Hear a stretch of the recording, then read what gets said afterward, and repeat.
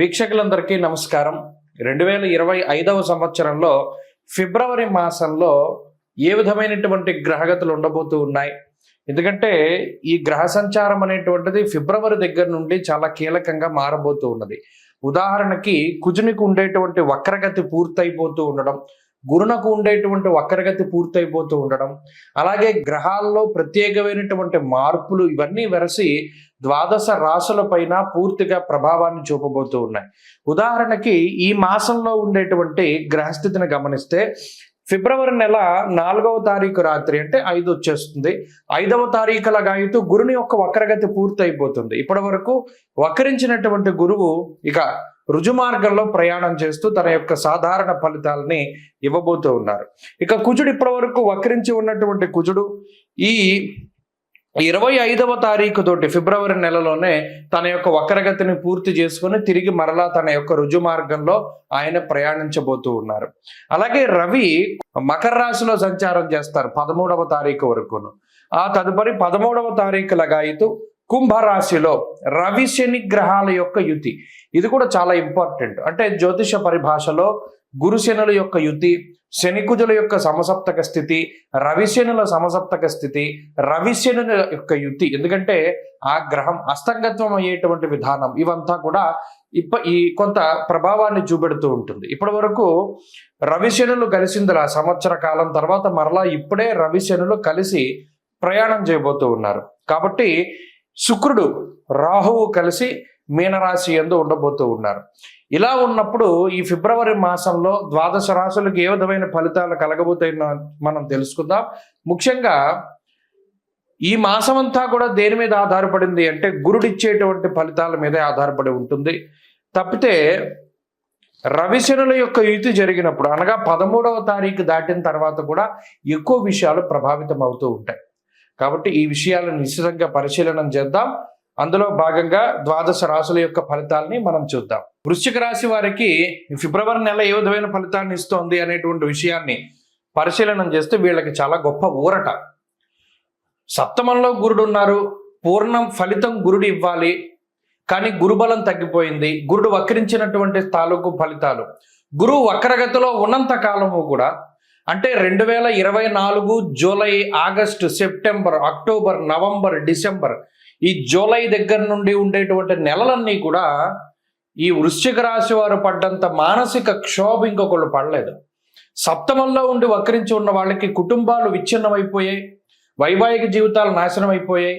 చిన్న చిన్న పొరపచ్చాలు, చిన్న చిన్న మాట పట్టింపులు, కూర్చుని మాట్లాడుకుంటే సద్దుమణిగిపోయేటువంటి విషయాలు, అది చాలా పెద్ద పెద్ద డెసిషన్స్ వరకు వెళ్ళేటువంటి సావకాశం ఆ గురుని వక్రగతి వల్ల కలిగింది. పక్క వాళ్ళ ఇన్వాల్వ్మెంట్ జీవితంలో చాలా ఎక్కువగా ఉండేటువంటి రోజులు అవి. ఇప్పుడు మారే ఈ పరిస్థితులు. సప్తమ గురుడు పూర్ణంగా మరలా శుభ ఫలితాలు ఇచ్చేటువంటి రోజులు ఆసన్నమయ్యాయి. ఈ ఫిబ్రవరి నుండి మే వరకు ఉండేటువంటి గ్రహస్థితి అంతా గురుడు కాపాడతారు.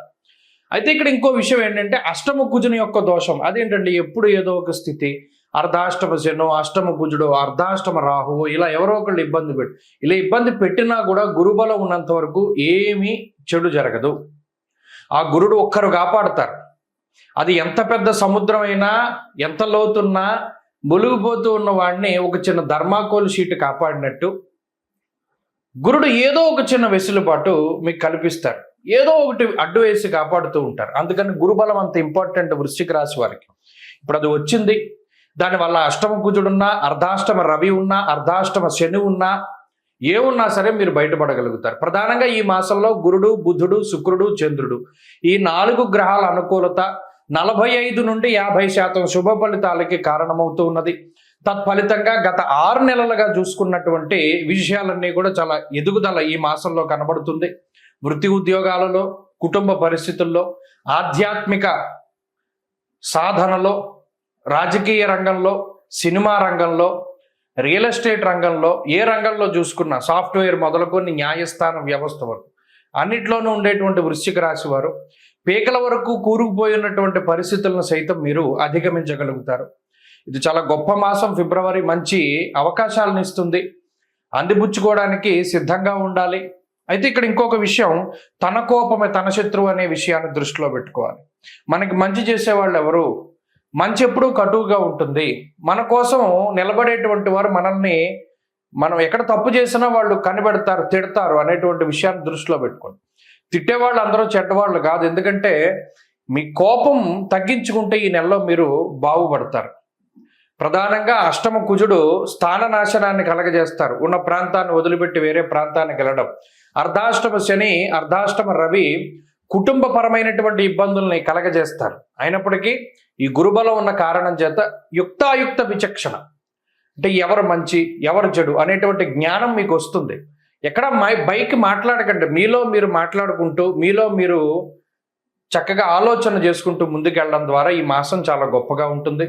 ఫిబ్రవరి నెలలో గత 6 నెలలతో పోల్చుకుంటే ఎదుగుదల కనబడుతుంది. కాబట్టి ప్రధానంగా ఈ మాసంలో ఎక్కువగా సుబ్రహ్మణ్యారాధన చేస్తూ ఉండండి. అలా చేయడం ద్వారా అనుకూలమైనటువంటి ఫలితాలు సిద్ధిస్తాయి. దక్షిణామూర్తి స్తోత్రాన్ని క్రమం తప్పకుండా పారాయణ చేయండి. దానివల్ల కూడా మంచి ఫలితాలు సిద్ధిస్తాయి. ప్రతికూలంగా ఉండేటువంటి గ్రహాలను కనుక గమనిస్తే శని, రవి, కుజుడు, నిజానికి ఈ 3 చాలా పీడించేటువంటి గ్రహాలు, చాలా ఇబ్బంది పెడతాయి. అర్ధాష్టమ స్థానం, అష్టమ స్థానం వీటికి అత్యంత క్రూరమైన స్థానాలు. అయినప్పటికీ మీ అదృష్టం ఈ సమయంలో గురుడు వక్రగతిని వదిలిపెట్టి కేంద్రంలో ఉన్నారు. కాబట్టి అన్ని రకాల అవరోధాలని దాటగలుగుతారు. ఎన్ని రకాల విపత్తులు వచ్చినా మీకు దానికి తగినటువంటి, ఎన్ని చిక్కుముళ్ళైనా దానికి సంబంధించినటువంటి సమాధానాలు దొరుకుతాయి. ఎంత లాక్కుబడిపోయినా దానికి సంబంధించిన కీ దొరుకుతుంది. కాబట్టి భయపడకుండా, కోప్పడకుండా నిశితంగా ముందుకు వెళ్ళండి. ఈ మాసం మంచి ఫలితాలు వస్తాయి. కుంభమేళ 2025వ సంవత్సరంలో మొదటి నెలలో వస్తూ ఉన్నటువంటి అతి పెద్ద హిందూ పండగగా మనం దీన్ని చెప్పుకోవచ్చును. కానీ చాలామంది మనలో, అంటే కుంభమేళ అనగానే మనకి నాగసాధువులు కనబడతారు. అలాగే ప్రయాగరాజ్లో జరుగుతూ ఉన్నది, భారీ సెట్టింగులు కనబడుతూ ఉన్నాయి. నిజానికి కొన్ని కోట్ల మంది, 40 కోట్ల మందికి పైగా ఈ కుంభమేళాలో పాల్గొంటారు అని చెప్పి అధికారికంగా వినిపిస్తూ ఉన్నటువంటి మాటలు. అయితే ఇంత పెద్ద ఉత్సవానికి చాలామందికి రీజన్ తెలియదు.